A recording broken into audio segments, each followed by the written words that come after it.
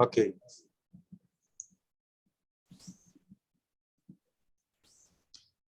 Boa tarde a todos e a todas. Sejam bem-vindos e bem-vindas ao webinar Diálogos EDESP, Trabalho Social com Famílias, Conceituação e Reflexões Necessárias. Ação promovida pela Secretaria de Estado de Desenvolvimento Social, por meio da Escola de Desenvolvimento Social do Estado de São Paulo. Eu sou o Davi Campos, diretor da escola, negro, olhos castanhos, cabelos grisalhos, uso uma camisa na cor vinho. Estou com um fone. Ao meu fundo há uma espécie de banner bege e uma janela. Agora nós iremos ouvir a secretária executiva da Secretaria de Estado de Desenvolvimento Social do Estado de São Paulo. Com a palavra. Boa tarde a todas e a todos. Quero agradecer ao Davi pelo convite. Eu sou Naira Caram, sou morena, cabelos nos ombros. Ao meu fundo tem um quadro de tons de terra, né, e uma parede cinza. E estou aqui representando a secretária Célia Parnes na abertura desse evento. Quero dar as boas-vindas, antes de tudo, às nossas convidadas, professora doutora Dalva Azevedo Góes. Muito obrigada pela sua presença, por aceitar nosso convite, nos brindar aqui com todo o seu conhecimento acerca do tema tão relevante aqui que nós vamos discutir no dia de hoje, né? O trabalho com as famílias e as reflexões necessárias e extremamente e cada vez mais necessárias, né? Quero dar as boas-vindas a Magali Basile, né, sempre aqui nos honrando e nos brindando com a sua paciência e o seu conhecimento, né, sobre a gestão municipal, sobre a gestão da assistência social no município, né, toda a sua experiência no trabalho com famílias, também veio aqui nos brindar com o seu conhecimento, sua experiência e nos ajudar nessa reflexão acerca do trabalho com famílias. Agradecer a presença da Luciana Bolognini, da nossa Coordenadoria de Ação Social, a CAS, que é a nossa coordenadoria responsável pelo trabalho da assistência social no município, da ação social nos municípios de São Paulo, e a Sueli Barros, também nossa servidora da área da IDESP, que também está aqui para nos ajudar com a sua experiência. Diante disso, só para contextualizar a todos, nós estamos aqui no âmbito do programa de parcerias municipais, que é um programa que é capitaneado pela nossa Secretaria de Desenvolvimento Regional e no qual a Secretaria de Desenvolvimento Social cumpre alguns eixos de atuação, né? E esses eixos, dentre esses eixos, nós temos o eixo de capacitação.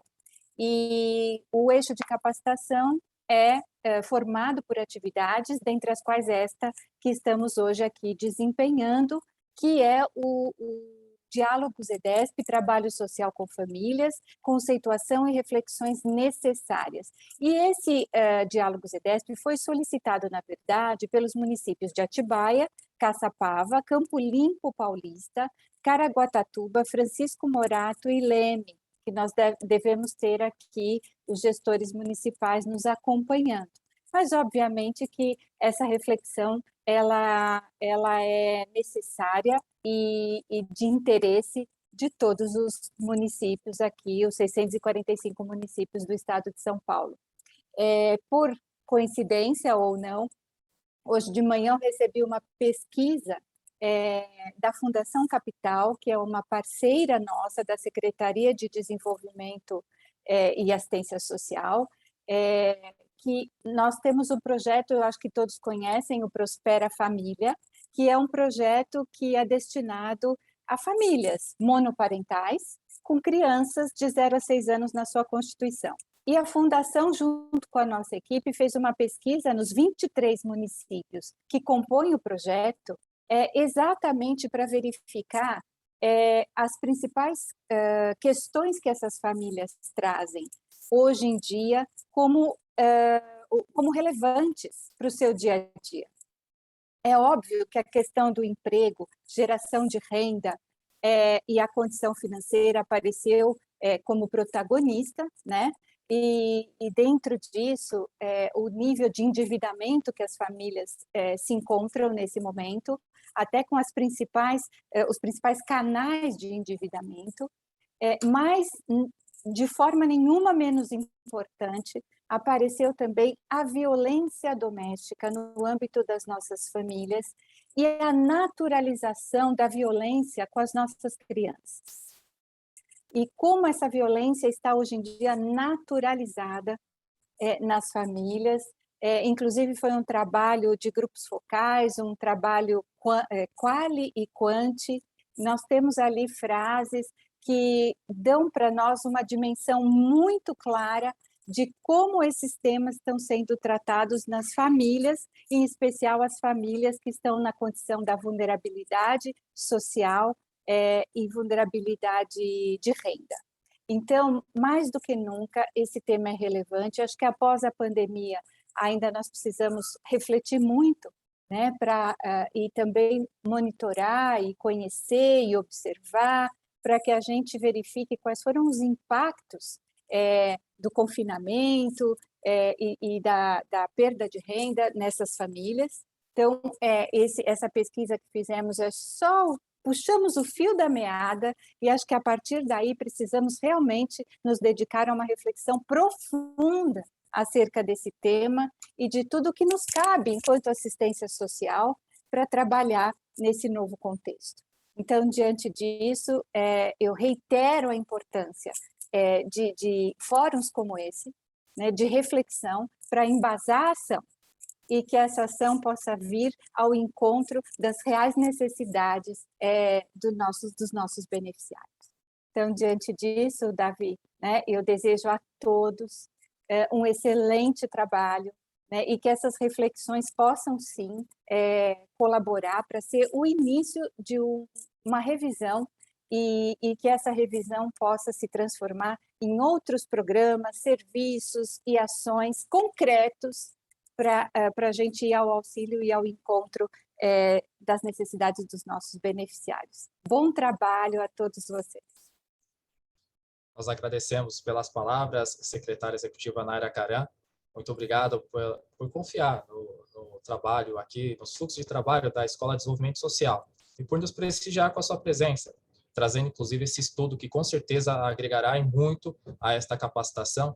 A nossa palestrante, doutora professora Dalva Góes, inclusive eu estou vendo que faz algumas anotações já.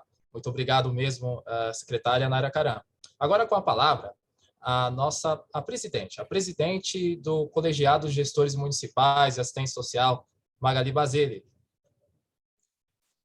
Boa tarde a todos, a todas, a todes. Eu faço aqui a minha autodescrição.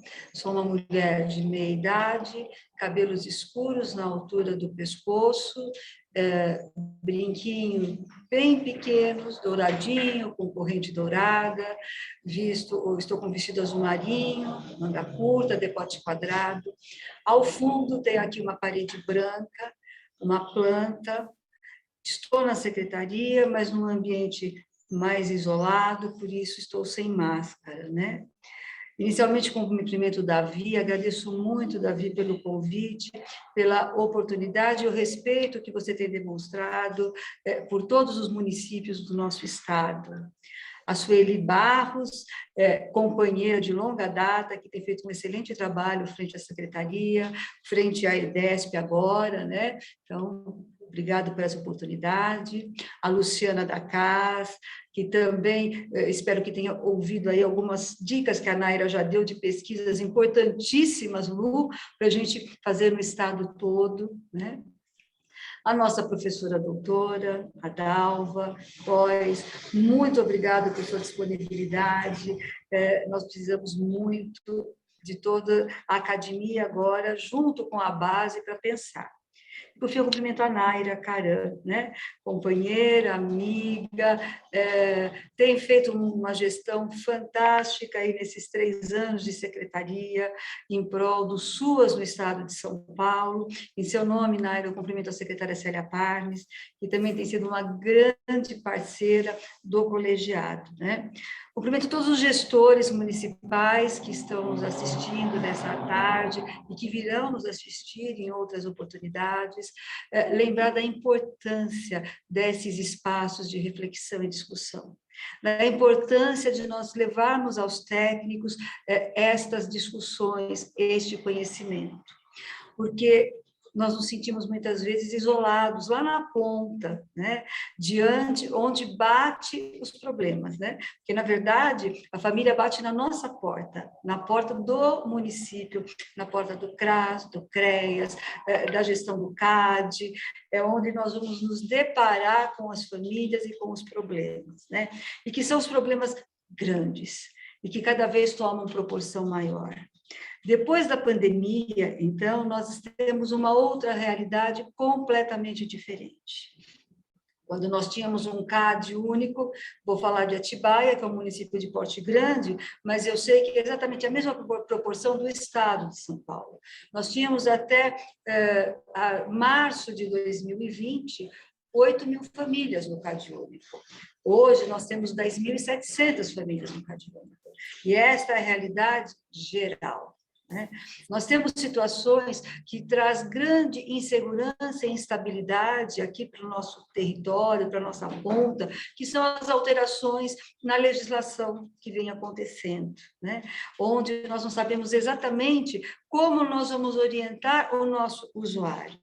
Hoje pela manhã, quando eu cheguei na secretaria, a gerente do Cadastro Único me disse o seguinte: o pessoal está vindo na porta, a gente não sabe como explicar o que vai ser o Bolsa Família, a gente não sabe como explicar o que é o Auxílio Brasil, né? Então, nós estamos realmente muito, muito preocupados, né?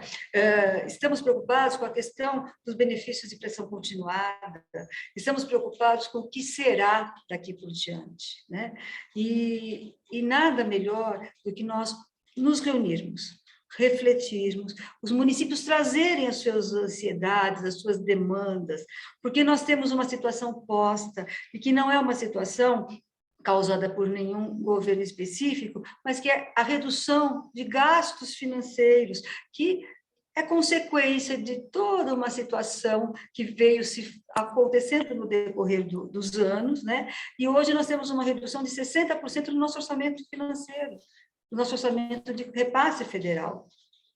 O Estado de São Paulo vem cumprindo religiosamente o seu pagamento, raro dentro do país, raro. Muitas vezes eu reclamo para o Ricardo, que é o nosso diretor de finanças: Ricardo, precisamos de mais. Claro, sempre precisamos de mais, é claro, mas nós hoje temos um orçamento que não é mais tripartite, mas é bipartite. Então, tudo isso vem impactando o município. E, claro, como a Naira disse, nós temos uma outra família hoje. Nós temos hoje família com demandas muito, mas muito diferentes, né? Daquela família que nós atendíamos lá atrás. Então, nós vamos ter que repensar esse serviço, e vamos ter que repensar juntos. E talvez fazer pesquisas, como a Naira acabou de colocar, para todos os 645 municípios, e não só para os 23 que estão no Prospera, seria de grande valia, né? Para que a gente saiba o que nós precisamos, quais são as nossas demandas no momento. Nós sabemos que muitas das demandas não são atribuição do SUAS, mas nós temos como obrigação fazer encaminhamentos e pensar em novas estratégias dentro do SUAS, porque senão nós não vamos dar conta da nossa nova realidade. Então, é uma grande alegria participar desse bate-papo, ter a oportunidade de aprender com a Dalva, porque a gente sabe que ela vem de uma escola que hoje nos traz uma grande tristeza no nosso coração, né? Porque parceira da Dirce Coga, e ela nos deixou esses dias, e isso nos traz aí uma tristeza grande, mas nós temos que nos reinventar, né? E vamos recomeçar. Então, muito obrigada, eu desejo assim uma tarde brilhante para todos nós, para que a gente possa realmente aprender muito. Boa tarde, obrigado, Davi. Devolvo a palavra para você. Muito obrigado, presidente Magali Basile, pelas palavras. Nós fazemos esse trabalho com muita alegria, Sueli Barros, eu, Igor, na transmissão, e todos e todas aqui da Escola de Desenvolvimento Social. Temos muito compromisso dentro da Secretaria de Desenvolvimento Social, com a Política Nacional de Educação Permanente, que preconiza a capacitação dos gestores, dos trabalhadores, dos técnicos e, portanto, por percursos formativos, gestão dos SUAS, provimento dos benefícios e serviços socioassistenciais e controle social. E, por falar em gestão do SUAS, nós estamos aqui com a diretora técnica da gestão do SUAS, da Coordenadoria de Ação Social, representando a CAS, portanto, com a palavra Luciana Boloini. Obrigado. Oi, obrigada, Davi. Boa tarde a todas, a todos, né? Quero cumprimentar todos os municípios presentes hoje, cumprimentar a nossa secretária executiva, né, a Naira Caram, cumprimentar também a Magali Basile, toda a equipe da IDESP, né, que vem proporcionando para a gente esse espaço de formação e ampliação do diálogo, cumprimentar também a professora doutora Dalva Azevedo Góes, acho que é um prazer estar aqui, poder ampliar essa discussão, né? A Coordenadoria de Ação Social, como a própria Naira já colocou, né, é a coordenadoria responsável aí pela gestão dos serviços socioassistenciais no Estado, em realizar o apoio aos municípios, né, o apoio técnico, a discussão técnica sobre a execução dos SUAS com os serviços, com os municípios. A coordenadoria ela é formada pela Diretoria de Proteção Básica, Diretoria de Proteção Especial e a Diretoria de Gestão do SUAS, da qual hoje eu ocupo aí a direção nesse momento, né? E eu que estou representando a CAS. Os serviços socioassistenciais é a base do Sistema Único de Assistência Social, né? E o tema do trabalho social com as famílias é o tema principal dos serviços socioassistenciais, né? O coração da política de assistência social, do fazer da assistência social. Então, assim, eu acredito que seja muito feliz esse momento, um momento importante de reflexão. Acho que a Magali traz algumas questões importantes sobre esse público, que não só muda um pouco do perfil, né, que são famílias que antes não vulneráveis, hoje vulneráveis, e aumenta aí o número de pessoas com necessidade de um acompanhamento socioassistencial.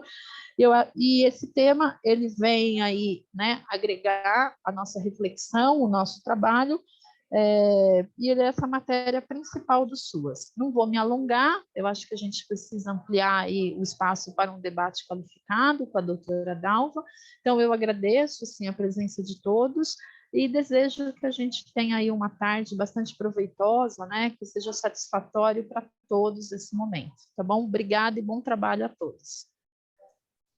Nós agradecemos, Luciana. Agora, com a palavra, a diretora do Centro de Coordenação de Cursos da Escola de Desenvolvimento Social, Sueli Barros. Por favor, Sueli. Boa tarde a todos. Fazendo minha audiodescrição, meu nome é Sueli Barros, fazendo minha audiodescrição, agora eu sou branca, tenho cabelo na altura dos ombros, um pouco abaixo dos ombros, uso óculos e estou trajando uma camisa estampada de tons beges e verdes. É muito bom estar aqui ouvindo a Magali e descobrindo esses desafios, aí descobrindo não, né? Rememorando esses desafios que a gente tem encontrado na assistência social, né? Como uma política transversal e que acaba aí abraçando, né? Todos esses desafios que tem nas outras políticas também, né? Quando as outras políticas, às vezes, não conseguem atender a população, muitas vezes ela vem nos procurar. E como atender, né, essa demanda? Estou atuando como diretora do Centro de Coordenação de Curso aqui na IDESP. Agradeço ao Davi, o diretor executivo da escola, toda a confiança que ele tem no meu trabalho, dizer que ele pode contar comigo e toda a equipe da IDESP também. Agradeço também a toda a gestão da pasta pela confiança depositada também em meu trabalho. Agradeço a Dalva, prazer, Dalva, por te conhecer, por estar conosco, né, abrilhantando aí essa tarde para trazer tanto conhecimento, compartilhar seu conhecimento com a gente como especialista. Agradeço a Magali, né, uma companheira de longa data, a Luciana também, né, que a gente trabalha aí há 12 anos junto aqui na secretaria, mas na política de assistência há muitos mais anos, e a Naira e toda a gestão da pasta, né, por essa confiança. É um prazer participar dessa webinar e discutir esse tema do trabalho social com famílias, tá? Me coloco à disposição, o Davi, nós conversamos e, assim, a minha missão aqui é me colocar à disposição de vocês para juntos aí com esses municípios entendermos as demandas de capacitação existentes aí, que são tantas, e para que possamos aí trabalhar, construir, formatar juntos ações de capacitação que são necessárias nessa pandemia e na pós-pandemia. Sabemos que hoje as dificuldades são muitas e maiores. E faremos tudo aqui da EDESP, tanto o Davi, quanto o André, quanto o Igor e toda a equipe aqui da EDESP, faremos tudo para atender essas necessidades e para acolher todos esses municípios, ok? Então, desejo aí um excelente webinar, tenho certeza que será uma tarde muito boa para o nosso conhecimento. Agradecemos, Sueli, pela fala e, com certeza, o Centro de Coordenação de Cursos é um importante centro da Escola de Desenvolvimento Social, que é onde a gente formata capacitações. Também, conforme você citara, o Centro de Planejamento. Nós fizemos um diagnóstico, um levantamento das necessidades de capacitação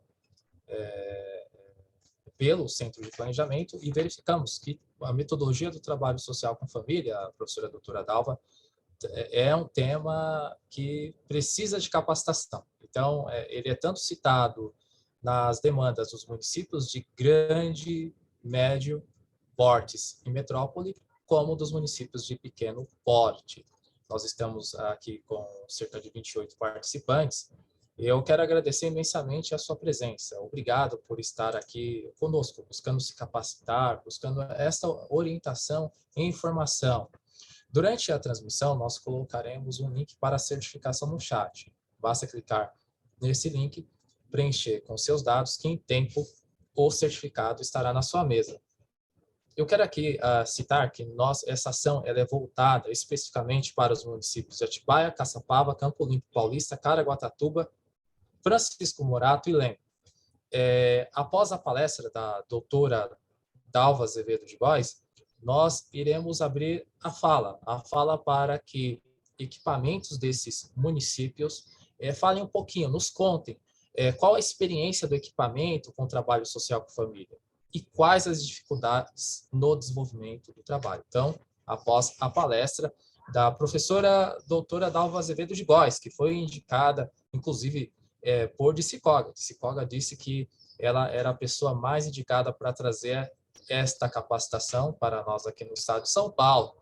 E ela é doutora em serviço pela PUC-SP, especialista em família, pesquisadora na área social com publicações sobre famílias e trabalho social com famílias.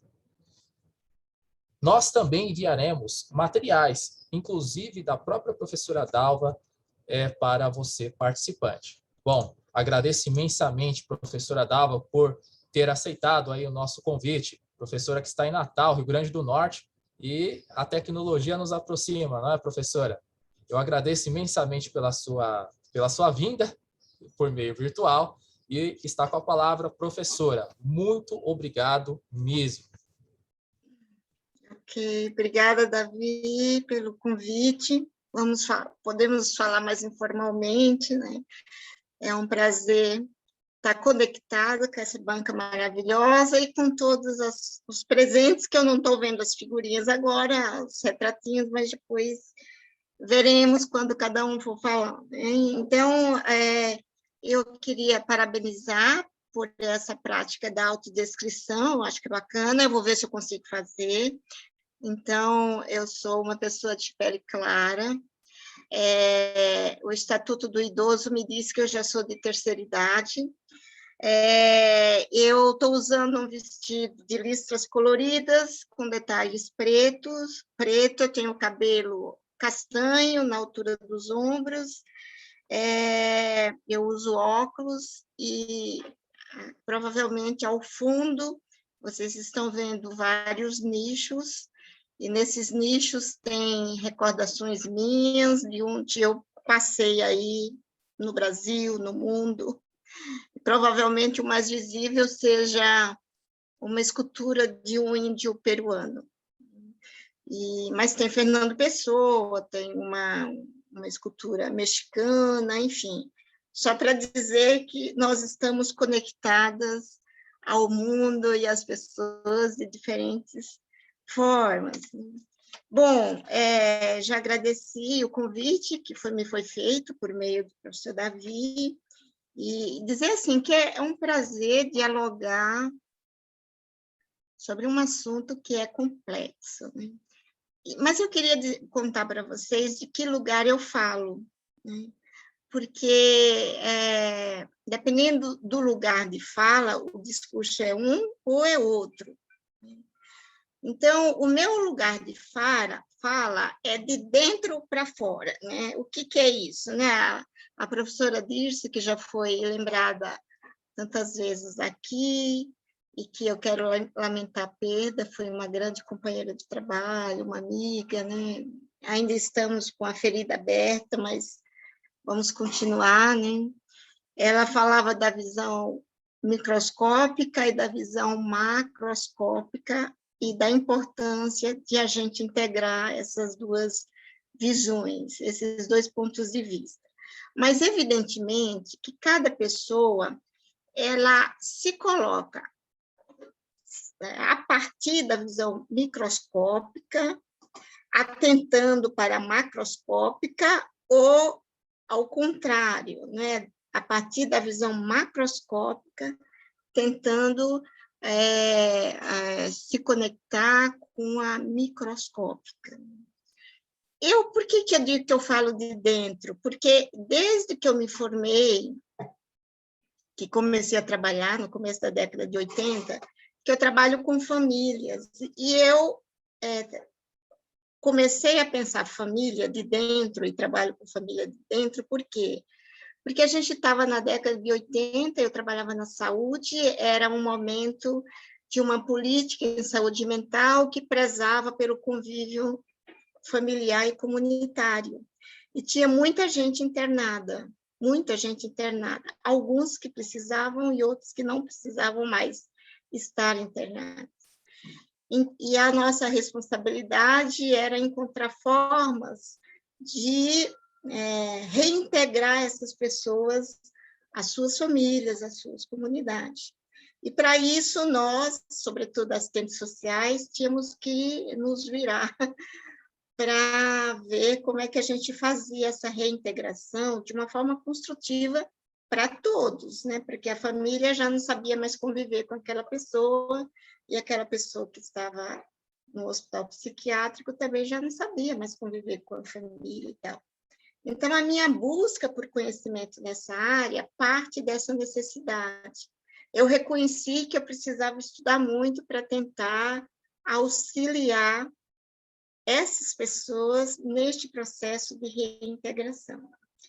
Então, depois, claro, eu fui procurar especialização, eu fui pesquisar, então fiz mestrado e doutorado também nessa área, então fiz pesquisas depois de formada, quando eu trabalhava como professora do mestrado em políticas sociais. Enfim, a minha vida inteira eu tento encontrar uma forma de pensar família e de pensar o trabalho com família. Mas o meu discurso é sempre um discurso de dentro para fora, um discurso que parte do micro, vai integrando, olhando como é que esse micro está localizado no macro, né? Então, é isso que eu vou tentar fazer aqui. E eu vou pedir, por favor, para o Davi me auxiliar e colocando uns slides, porque eu fiz alguns slides para garantir alguns conteúdos, porque senão na fala a gente vai se perdendo. Então, vamos aqui começar com esses slides, aí é só o nome, né? Trabalho social com famílias, conceituação e reflexões necessárias, porque a gente precisa conceituar, mas a gente precisa também refletir, inclusive, sobre como nós estamos em relação aos conceitos que a gente acha que tem sobre esse tema ou qualquer outro tema. Pode passar, Davi? Então, eu comecei fazendo uma definição, trazendo uma definição que eu construí sobre o trabalho social com família. E eu vou pedir para o Davi ler, porque ele tem uma voz muito possante, muito bonita, e depois eu comento, tá certo? Você pode ler, Davi? Posso sim, vamos lá. Trabalho social com famílias. Enquanto processo de trabalho, não, vamos começar lá da parte de cima. Trabalho social com famílias, conceituação. Trabalho social com famílias. Enquanto processo de trabalho, tem como fundamento a realidade social, o contexto social e as famílias e seu território de vivência. E ancora-se em 3 dimensões: ético-política, teórico-metodológica e técnico-operativa. Implica a organização e articulação da rede de serviços, a formulação de ações a partir de demandas da população-alvo e o planejamento e monitoramento das ações, além de avaliação dessas ações e das próprias políticas sociais com vistas a novas proposições. Então, vamos lá. Então, nessa definição, tem algumas coisas importantes. Essa definição contém, essa conceituação contém alguns pontos importantes. Por exemplo, o de que é processo de trabalho, né? Então, isso não está dado a priori. Não existe um único jeito de se fazer trabalho social. E por que não? Porque todo trabalho social é pensado, é formulado, é planejado a partir do contexto social. Qual é o contexto social, né? O que temos neste momento na política de assistência social no município X, né? No CRAS X ou no CRAS Y. O que nós dispomos? Esse é o contexto, né? Quem são essas famílias que moram neste lugar e que são público-alvo aqui desse CRAS ou desse CREAS? E que território é esse onde vivem essas famílias? Então, esses 3 fatores, eles são essenciais para a formulação de um trabalho social. E como esses 3 fatores mudam de tempo para tempo, de lugar para lugar, então não existe um jeito único de fazer trabalho social. Em cada lugar, esse trabalho social deve ser formulado, deve ser pensado, deve ser avaliado, considerando as particularidades aí desses fatores, né? E não existe trabalho social feito a partir de bom senso. Trabalho social requer uma sustentação teórico-metodológica, uma direção ético-política e ações, né, e ferramentas, né, que eu chamo técnico-operativas, para operacionalizar o trabalho social. Também nessa definição está claro que o trabalho social ele precisa da articulação entre os serviços da própria Secretaria de Assistência Social. Tem vários serviços na Secretaria, né? Então, é preciso que esse trabalho esteja articulado nesses vários serviços e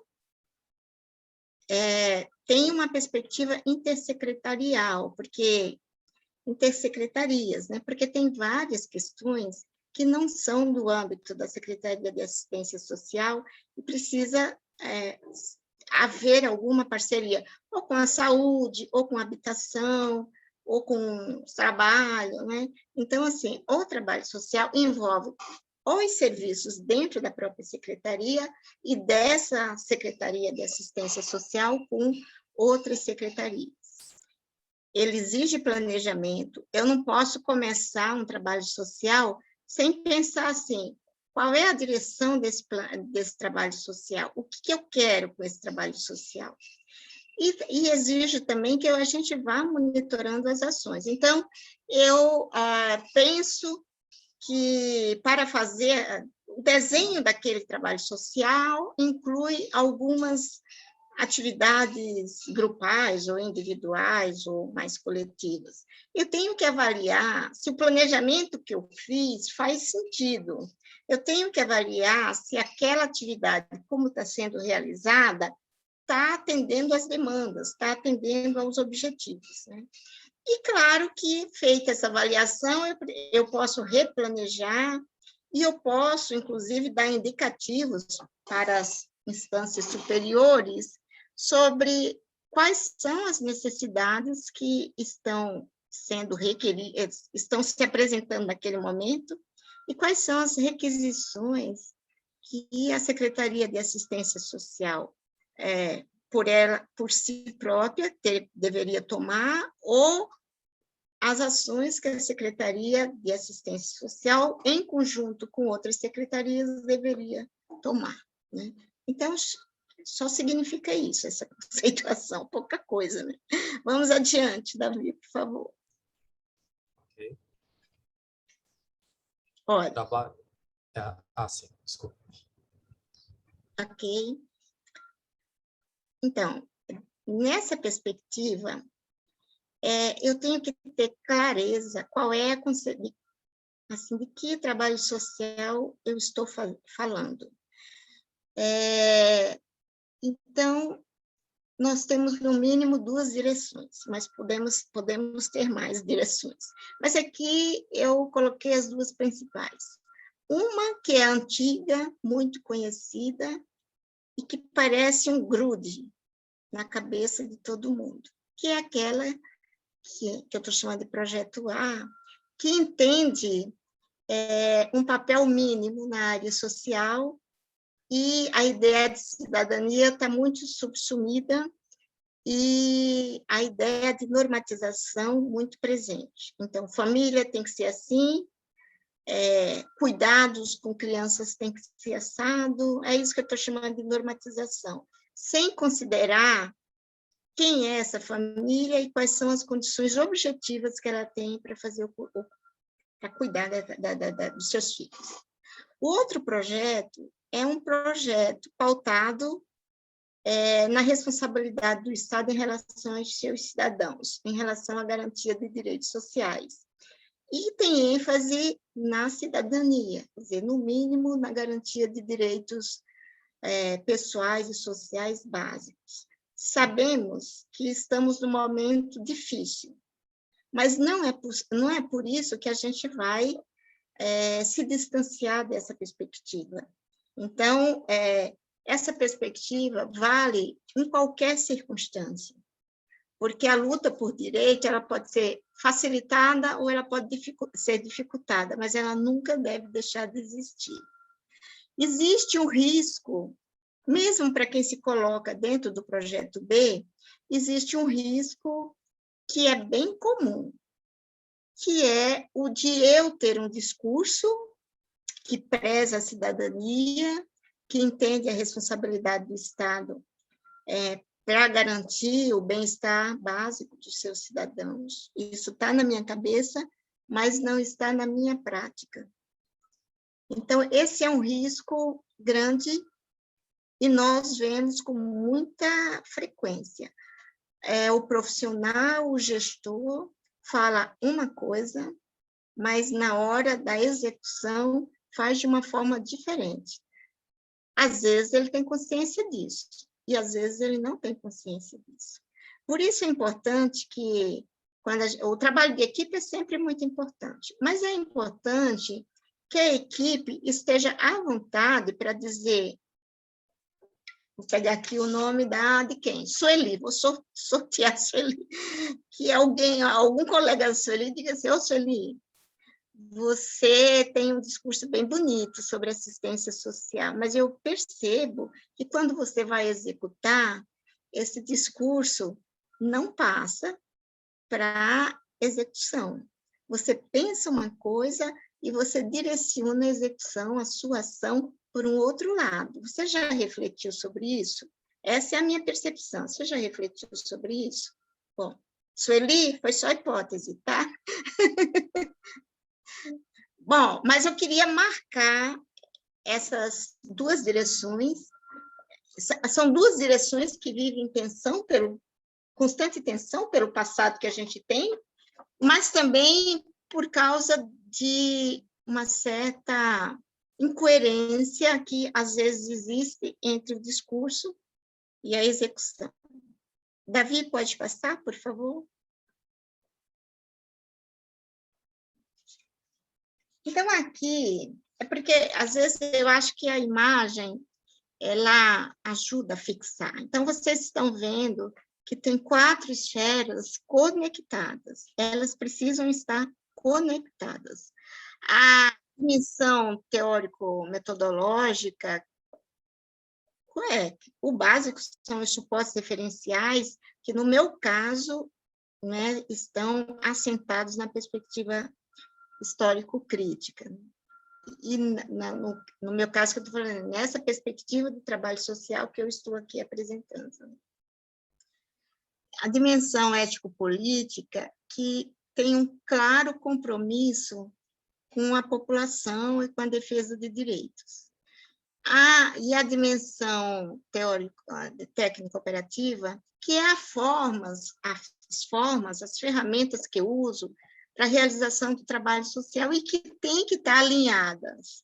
As ferramentas, elas devem estar alinhadas tanto com os suportes referenciais quanto pelo compromisso de defesa de direitos.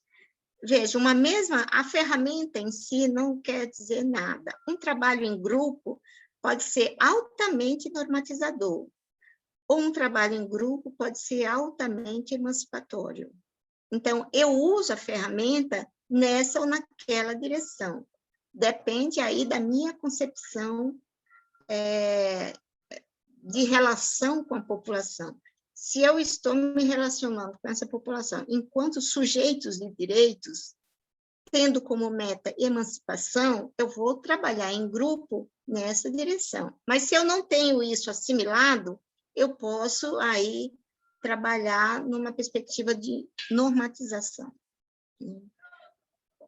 E claro que o planejamento é fundamental. De onde eu estou partindo para aonde eu quero chegar? E de que forma essas ações contribuem para esse planejamento? Pode ir adiante, Davi, por favor.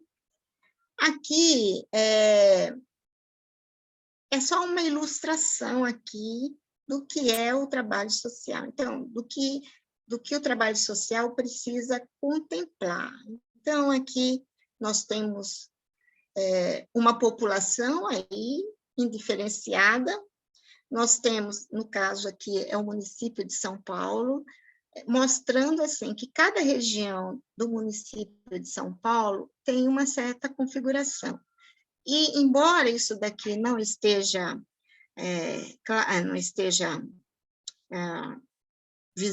visualizado, cada pedaço dentro da região tem uma outra configuração, e eu preciso entender disso, né? Então, aqui nós temos uma população com um pouco mais de distinção, né? Então, eu tenho que partir da indiferenciação da população, de um grupo que eu não sei quem é, tal, para essa situação de maior distinção sobre quem é quem, né? Então, nós temos aqui população e território. Então, eu vou pedir para o Davi clicar aqui nesse pequeno slide em cima para a gente mostrar a definição de território. Vê se funciona aí. Olha aqui. Então, novamente, vou pedir o favor de você ler, viu, Davi? Pode ser? Sim, claro. Território.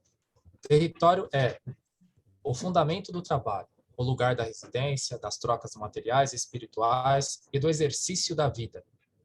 Pensar famílias em seus territórios de vida implica entendimentos que tenham por base a dinâmica relacional que se estabelece entre eles.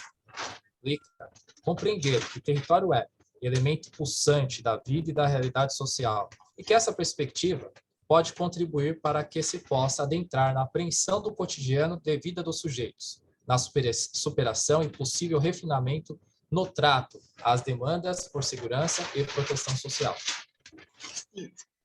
Não, assim, essa ideia de território que a professora Dirce Koga tão bem trabalhou, com base no Milton Santos, né, quer dizer, a grande referência para discutir território é o geógrafo Milton Santos. Né? Então, ele diz muito claramente, é o chão que a gente pisa. Então, não dá para eu pensar as famílias, não dá para eu pensar as pessoas sem tentar entender em que chão essas pessoas estão pisando. Né? Então, o território ela é a expressão da realidade social. A minha inserção naquele território e aquele território em si é a expressão da realidade social que eu vivo no meu cotidiano. Por isso que é tão importante a gente saber que território é esse que a família vive e de que forma ela está inserida naquele território. Porque uma coisa é a gente saber que uma família mora no bairro de Pinheiros, por exemplo, se for na capital de São Paulo. Outra coisa é eu entender como é que ele está inserido no bairro de Pinheiros.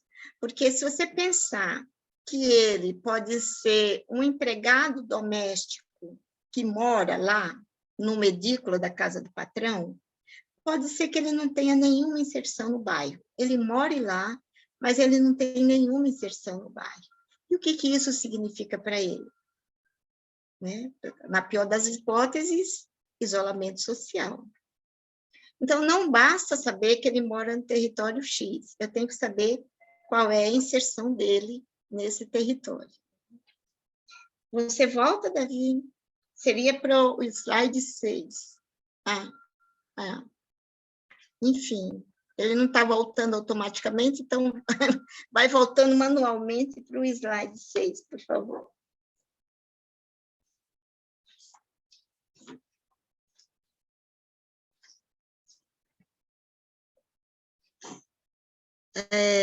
Aqui nós também temos uma imbricação, uma articulação bem condensada sobre, vamos dizer assim, as ações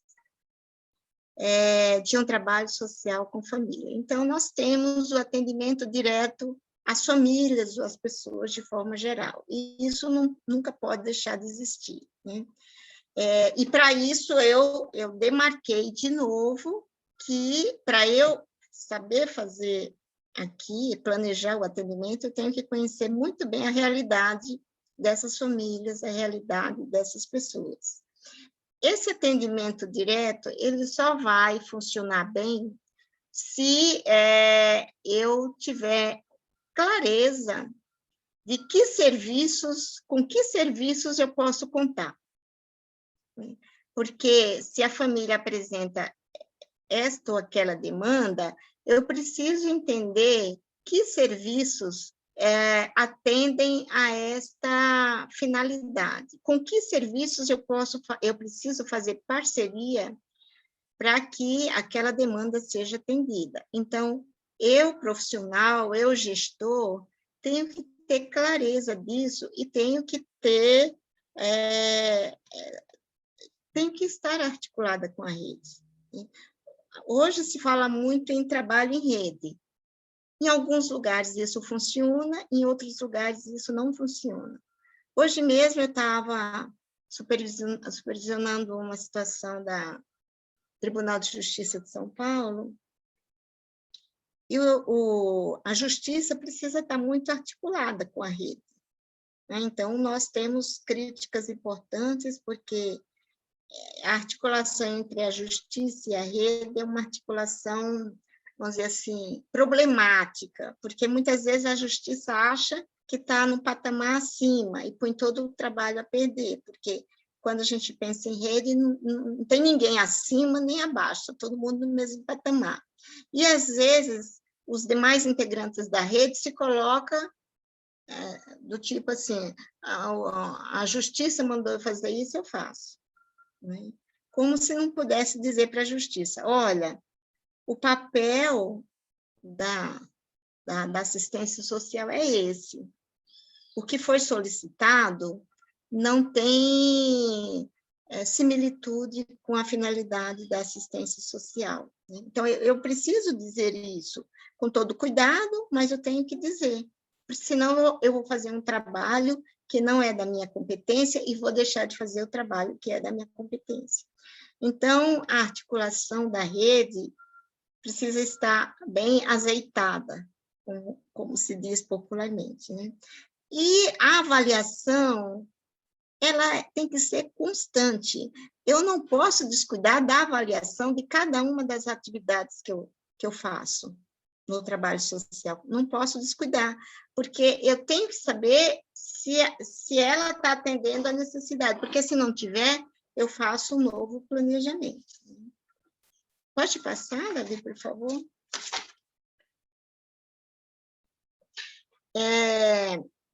Eu estou vendo que eu já estou com um horário meio complicado aqui, mas, então o que um trabalho social precisa ter? Uma direção clara, que, no caso, seja pautado na responsabilidade do Estado brasileiro em relação às garantias sociais. A perspectiva de abordagem, eu coloquei socioeducativa, não vai dar para a gente discutir agora, mas se sobrar um tempinho, a gente volta para essa discussão. E uma concepção de famílias, entendendo família como unidade de convivência complexas e múltiplas. Então, fora daqui, a gente achar que família é só aquele quadradinho de pai, mãe e filho. Isso não existe. Né? Que elas se transformam de um dia para outro. E as famílias pobres, elas têm um movimento de agregação e desagregação constante que eu preciso entender e seguir. Não é para eu criticar, é para eu entender e seguir. Né?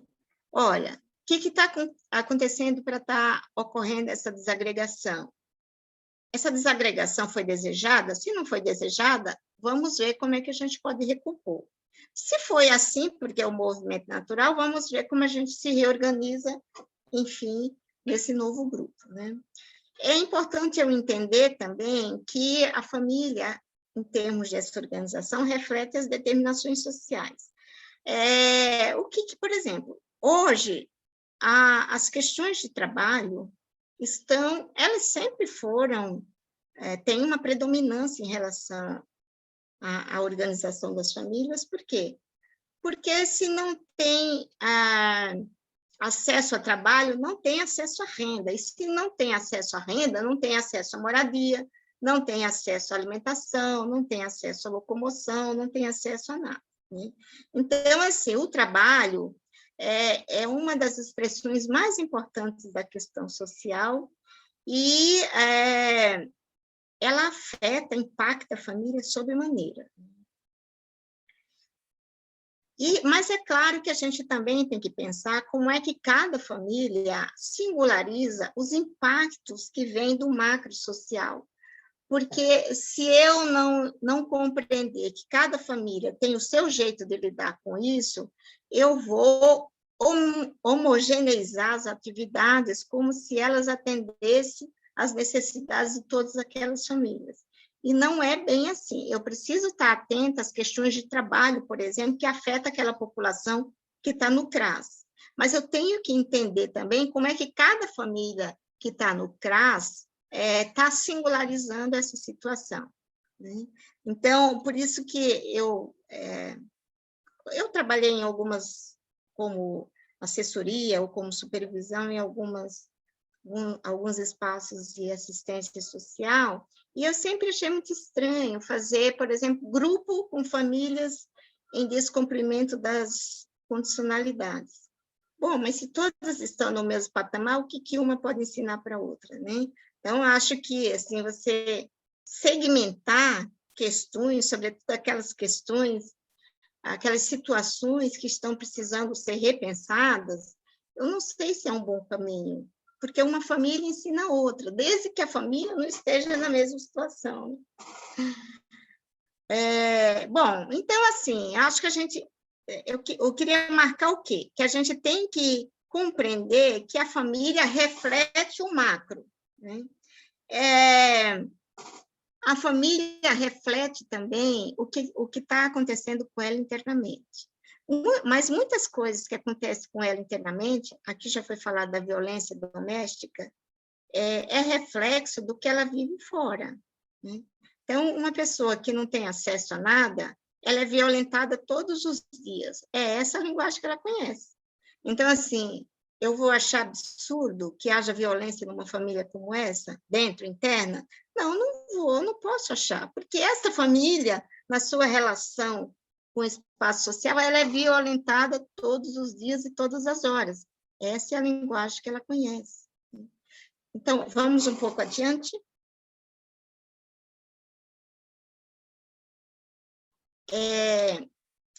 Aqui, eu não vou gastar tempo aqui, eu só quis demarcar o que diz a política de assistência social sobre o que é assistência social. Como todos trabalham na assistência social, todo mundo sabe disso muito bem, então vamos adiante. Agora, eu queria que o Davi lesse a definição de trabalho social que tem na política, para a gente entender, assim, qual é o discurso que eu estou fazendo e qual é o discurso da política. Vamos lá. Pode ser, Davi? Sim, claro, professora. Inclusive, você pode passar 15 minutos aí do tempo combinado, mesmo porque eu acho que vai ter tempo para a conversa, o diálogo com os participantes. Inclusive, eu quero aqui ressaltar que após a palestra da professora Dalva, nós iremos abrir a palavra para que vocês tragam essa experiência do território, do trabalho, dos equipamentos. Bom, trabalho social com famílias na política de assistência social, conceituação. Conjunto de procedimentos efetuados a partir de pressupostos éticos, conhecimento teórico metodológico e técnico operativo, com a finalidade de contribuir para a convivência, reconhecimento de direitos e possibilidades de intervenção na vida social de um conjunto de pessoas, unidas por laços consanguíneos, afetivos e ou de solidariedade, que se constituem um espaço privilegiado e insubstituível de proteção e socialização primárias, com o objetivo de proteger seus direitos, apoiá-las no desempenho da sua função de proteção e socialização de seus membros, bem como assegurar o convívio familiar e comunitário, a partir do reconhecimento do papel do Estado na proteção às famílias e a seus membros mais vulneráveis. Tal objetivo materializa-se a partir do desenvolvimento de ações de caráter preventivo, protetivo e proativo, reconhecendo as famílias e seus membros como sujeitos de direitos e tendo por foco as potencialidades e vulnerabilidades presentes no seu território de vivência. Então, claro, tá dito com outras palavras, mas o que eu trabalhei até agora e o que está na política tem um completo alinhamento ético-político, vamos dizer assim. Agora, eu só queria chamar a atenção, porque lá atrás eu pus assim, que a família é uma unidade de convivência. Aqui está falando que a família formada a partir de laços consanguíneos, afetivos e de solidariedade. É tudo isso. Agora, eu queria dizer o seguinte, quando a gente diz que a família é uma unidade de convivência, eu estou dizendo explicitamente que transcende o domicílio. Isto significa dizer que os serviços, incluindo a justiça, pode pensar as ações, pode pensar as medidas com pessoas que vivem em diferentes lugares, mas que têm um nível de compromisso e de responsabilidade com aquele grupo que pode ser considerado como unidade familiar. Por exemplo, neste momento globalizado, o marido mora em Tocantins e a mulher mora em Porto Alegre, por necessidade de trabalho, né? Ele vem uma vez a cada 2 meses. Eu vou deixar de considerar essa família como essas pessoas como família? Não, evidentemente que não. Algumas moram aqui, eu tinha uma amiga que era casada com um italiano, tem outra que é casada com outro, ele mora cá, ele mora... Então, assim, não é o local geográfico que define a família. Numa família pobre, às vezes o vizinho e o padrinho da criança, que não moram na mesma casa, tem responsabilidades com aquelas crianças e pode ser considerado pessoa da família ou pessoa de referência. Pode ir adiante, por favor? Então, aqui eu só vou passar, porque eu já falei, mas é assim, do que compõe o planejamento do trabalho? É o entendimento da população-alvo, qual é o foco daquele determinado trabalho, né? Porque às vezes as demandas são múltiplas, então eu tenho que entender qual é o foco naquele momento. Qual é a finalidade, ter indicadores da família e do território, para eu poder formular um bom trabalho, ter clareza de qual é o meu suporte, em termos teóricos, a minha direção técnica e as ações que maior vão responder a essas demandas. Que metas eu quero alcançar e como? E aí eu tenho que ir monitorando para ver se eu estou aí na direção de alcançar essas metas e definir quem são os parceiros interlocutores na realização do trabalho e quem é a equipe responsável por cada uma das ações. Porque, assim, faz muita diferença João, Maria e José saber que vou pegar uma outra pessoa, que o Davi é o profissional de referência dela no CRAS. Faz muita diferença do que ela dizer eu vou ao CRAS e não ter essa interlocução mais clara de uma referência no CRAS. Então, isso também faz diferença. Por isso que é importante, assim, numa atividade grupal, sempre serem os mesmos profissionais. Porque a criação de vínculos se dá também com a constância, e é criando vínculos que o grupo se desenvolve, e que as questões podem vir à tona. Pode passar, por favor? Então, aqui também, nós já falamos disso, mas só para esclarecer que cada ação tem que se assentar nos mesmos fundamentos teóricos, metodológicos e éticos políticos, com finalidades claras e tendo em conta o que é proteção social, o que é cidadania, o que é autonomia, que é o que se busca, né? Embora seja difícil de alcançar, mas essa tem que ser uma meta, né? Quais são as necessidades humanas básicas e quem são essas famílias, né? Pode ir adiante, por favor? Aqui é só uma ilustração para a gente ter clareza que construir um trabalho social e manejar as ações de trabalho social tem uma diferença entre essas duas coisas. E eu tenho que ter cuidado para que o meu manejo esteja coerente com o que eu planejei, né? Com o que eu construí idealmente. Então, a execução e o que foi idealizado tem que estar bem azeitado, senão não vai chegar no lugar que queremos chegar, né? Pode ir adiante.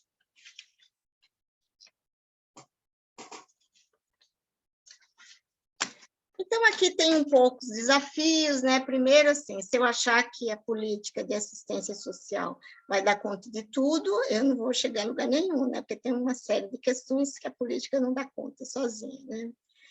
Outra coisa que, assim, eu sempre digo assim, olha, um trabalho social que não for planejado para médio prazo, talvez ele mais atrapalhe do que ajude. Por quê?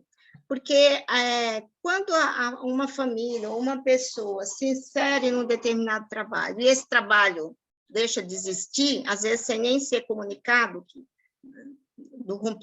da interrupção, isso acontece uma vez, isso acontece a segunda vez, na terceira vez, essa família ou essa pessoa já vai pensar, pode ser que não tenha coragem de dizer, mas vai pensar assim, para quê? Para que eu vou entrar mais uma vez se vai dar em nada? Então, assim, planejar um trabalho social é uma coisa séria. Se eu profissional, se eu gestor, se eu equipamento, não tenho compromisso de levá-lo adiante, apesar das dificuldades, talvez isso comprometa trabalhos futuros. Né? Uma outra coisa que eu preciso estar bastante atenta é para eu não vou só identificar as necessidades, eu tenho que identificar os saberes dos indivíduos e da família e de fortalecer. Porque, às vezes, nem a própria pessoa que está vivendo, está sobrevivendo, ela consegue mais saber assim, o que eu sou boa, o que eu dou conta de fazer, quem sou eu? Né? Dependendo do momento que ela esteja vivendo, ela não sabe mais nem se auto-identificar. Então, todo trabalho social tem que ter o cuidado de reconstruir isso com cada pessoa e com cada família. Claro que isso só vai ser possível se eu conseguir estabelecer aí com essa pessoa, com essa família, um vínculo, uma relação de confiança. E relação de confiança só se estabelece se eu me colocar numa situação de horizontalidade. Isso não significa perder a autoridade, não é isso. O profissional nunca pode perder a autoridade que ele tem como profissional. O gestor nunca pode perder a autoridade que ele tem como gestor. Mas isso não significa que ele precise se colocar de uma forma não horizontal com as pessoas.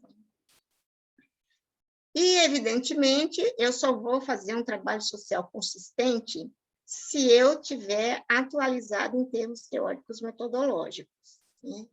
E afinada com meus compromissos éticos. Cada profissão tem os seus compromissos éticos, mas a maioria das profissões convergem aí na defesa de direitos. Então, o trabalho social não se faz com bom senso, não se faz com bom senso, né? Requer mais do que isso. Vamos adiante?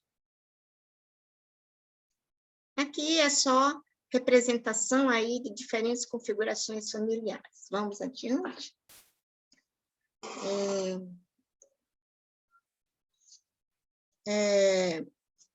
Bom, isso daqui eu acho que já foi falado, pode ir adiante, porque já está com o tempo estourado, pode passar. Olha, então, assim, isso. Então, vamos lá, olha. Então, a gente está dizendo que precisa saber quem é essa família, em termos de localização de classe social, do lugar que ela vive, do percurso dela, tudo isso, dos suportes que ela tem em termos de saúde, das políticas sociais de forma geral, e de como ela participa do território que ela vive, isso está claro, né? Mas, assim, quais são as mudanças que aconteceram na família e que traz um impacto bastante importante, né? Tem uma coisa que a gente precisa saber dialogar e entender, que é o declínio do patriarcado e a participação da mulher, essas duas coisas estão juntas. Então, por que a gente precisa entender isso? Porque toda a legislação está calcada numa situação que não é mais patriarcal. Mas a mentalidade continua, muitas vezes, patriarcal. Então, eu preciso compreender esse descompasso entre o que diz a legislação e o que prega setores mais adiantados da sociedade, e uma mentalidade que está impregnada nas pessoas e que dá uma simetria, uma assimetria entre homem e mulher, que às vezes autoriza até violências, né? Então, eu preciso compreender e trabalhar com as pessoas e com as famílias o que diz a legislação e como é que eu posso mudar isso em termos de mentalidade. Eu preciso estar muito atenta, porque essas coisas convivem numa mesma família. Uma mesma família, muitas vezes, por exemplo, hoje em dia, toda família tem uma valorização enorme da escolarização, seja para homens, seja para homem, seja para mulher. Isso é algo da família contemporânea, porque na família patriarcal, lá de trás, era mais valorizada a educação para os homens. Então, as mulheres não precisavam ter profissão, né? Por isso não precisavam estudar, né? Elas não não participava do provimento do grupo familiar. Então, hoje em dia, tudo isso acontece, né? Até porque o homem não dá conta de prover a família, e porque as escolas estão preparadas para receber homens e mulheres, e é assim que deve ser. Mas acontece que a ideia de assimetria entre homem e mulher permanece existindo na mentalidade, e muitas vezes isso traz conflito bastante significativo, e não é só na camada média, é nas famílias de camadas populares. Só que nas famílias de camadas populares, elas nem decodificam isso que está ocorrendo, e às vezes a gente tem que trabalhar para que esse entendimento exista, né? Tem mudanças muito significativas do homem em relação aos filhos. Então, assim, a parentalidade, a mudança de mentalidade em relação à parentalidade, eu acho que se desenvolveu mais do que a mudança de mentalidade em relação à conjugalidade. Então, os pais querem conviver mais com os filhos, porque na família patriarcal ele era autoridade moral, ele sustentava, mas a ideia de convívio e de cuidado não estava muito presente na cabeça dele.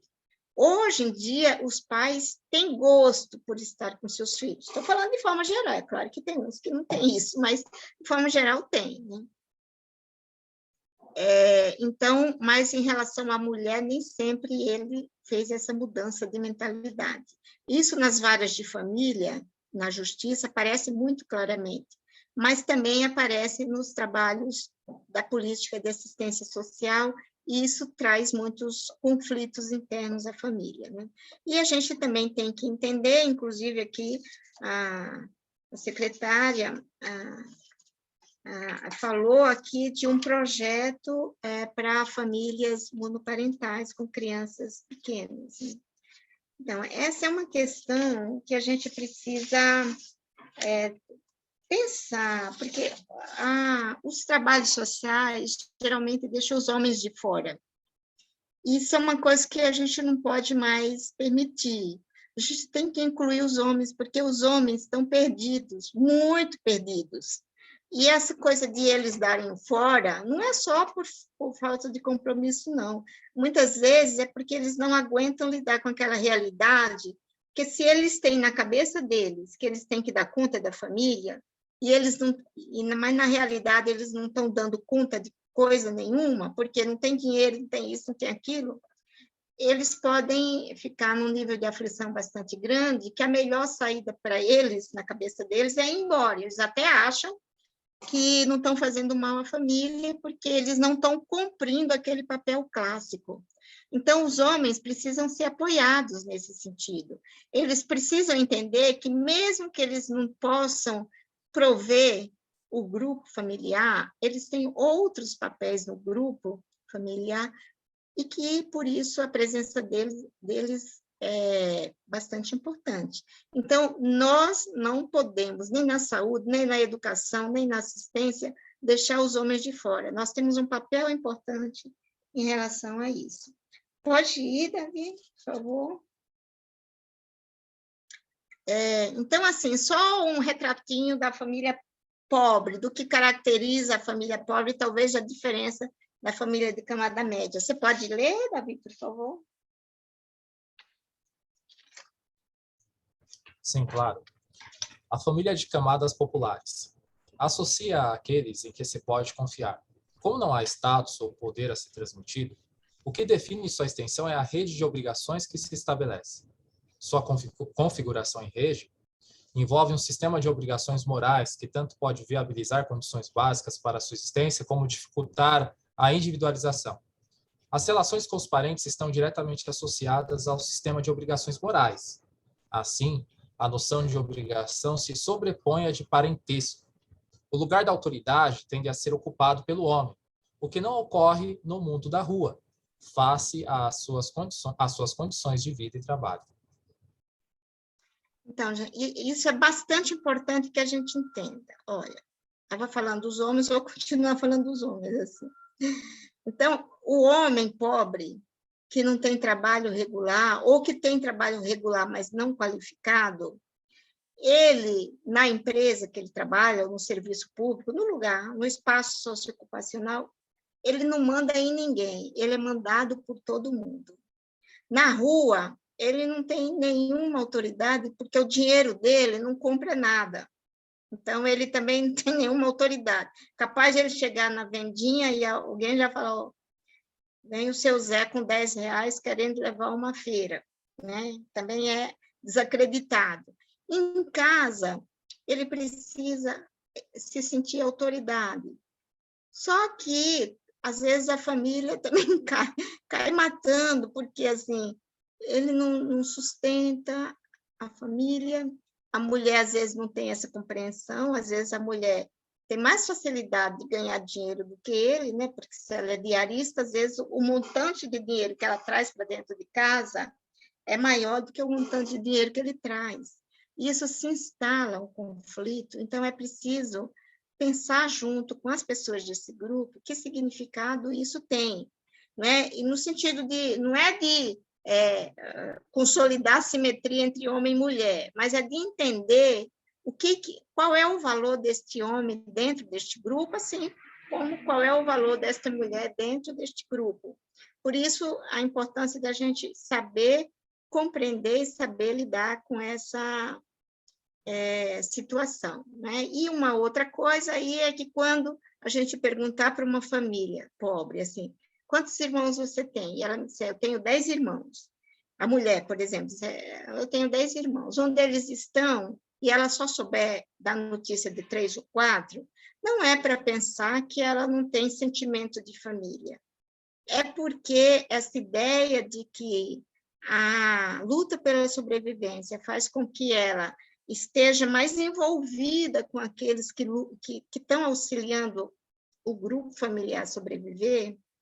Então, esse envolvimento é muito maior com essas pessoas que estão diretamente ligadas a ela do que com aqueles outros irmãos, aqueles outros parentes que não têm uma presença efetiva em relação ao auxílio para a sobrevivência. Então, entender o que é família em rede é bastante importante na Secretaria de Assistência Social, cujo público-alvo é de famílias que estão aqui bem numa situação de muita vulnerabilidade social. Vamos adiante, acho que agora eu só vou, me parece, trazer algumas referências e algumas sugestões de leituras que podem contribuir para que vocês adensem o conhecimento de vocês para planejar um trabalho social, para realizar um trabalho social. Então, eu agradeço a atenção de vocês, espero que eu possa ter trazido alguma coisa porque qual é a proposta? É apresentar algum insumo que disparem novas reflexões. Se esse objetivo foi atingido, eu vou me sentir muito feliz. Né? Acho que agora abre, né, Davi? O público. Ok. Voltando aqui, muito obrigado, professora. Excelente a apresentação, doutora Dalva Azevedo Góes. Você tocou em vários pontos aqui, né? A importância do trabalho intersecretarial. Então, quando a gente fala de família, a gente precisa de uma série de atores aí envolvidos, inclusive no setor público estatal. Você falou sobre a questão do discurso, do planejamento, ou seja, o planejamento ele tem que acontecer, ele tem que se materializar. Não adianta a gente, às vezes, fica nas ideias e não consegue.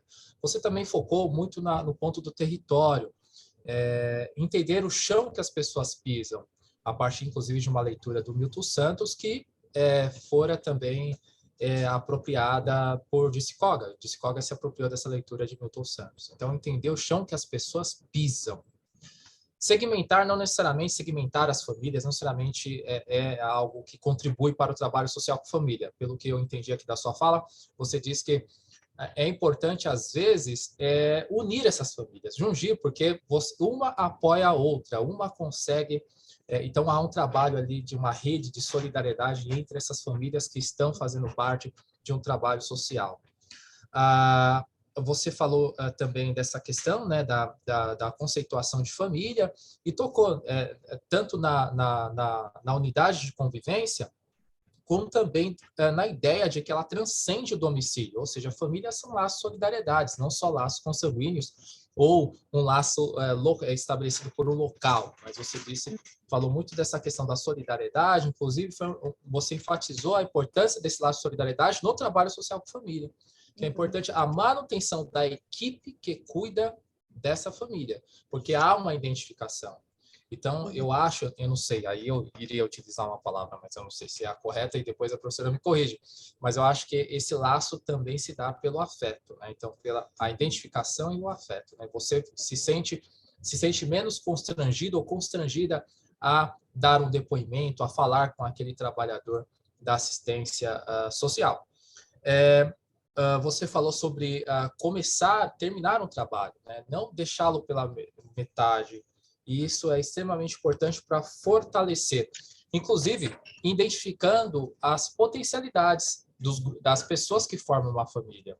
Muitas vezes, numa situação de caos, de vulnerabilidade, as pessoas estão tão perdidas que elas não conseguem nem mesmo saber, né? Elas perdem até noção daquilo que elas são, da capacidade, daquilo que elas desenvolveram ao longo da sua história, diante de uma fragilidade. Você falou sobre a questão do declínio do patriarcado, e aí entra aquela questão justamente da legislação, então a esfera legal versus a esfera cultural e da prática. Então, o trabalho social com família tem que entender que isso acontece, e aí como que você talha isso? Como que você trabalha nisso, né? Sabendo que o homem, portanto, ele vai está também numa condição de vulnerabilidade pelo patriarcado. Se a família é colocada em situação de vulnerabilidade, inclusive a mulher, em razão do patriarcado, o homem também ele acaba entrando nessa lógica, né? Uma lógica um tanto que perversa. Você fala sobre a questão dos projetos monoparentais, considerar também o papel, ou seja, o homem, né? E aí, eu falei o papel, né, do homem, porque houve uma mudança desse papel, e então considerar isto. Eu acho que a sua leitura trouxe muita coisa aqui para nós, e acredito que os municípios tenham também algo a dizer, a nos contar aqui. Eu quero agradecer a todas e a todos vocês que estão aqui conosco. Nós agora iremos abrir para a fala, né? Então, conforme você se colocar aí no chat, coloque seu nome, o município, nós abriremos para que você fale. Eu quero aqui também agradecer àqueles que estão assistindo de uma forma remota, porque nós iremos subir a estação no canal EDESP YouTube, então você que está nos assistindo, obrigado pela sua audiência.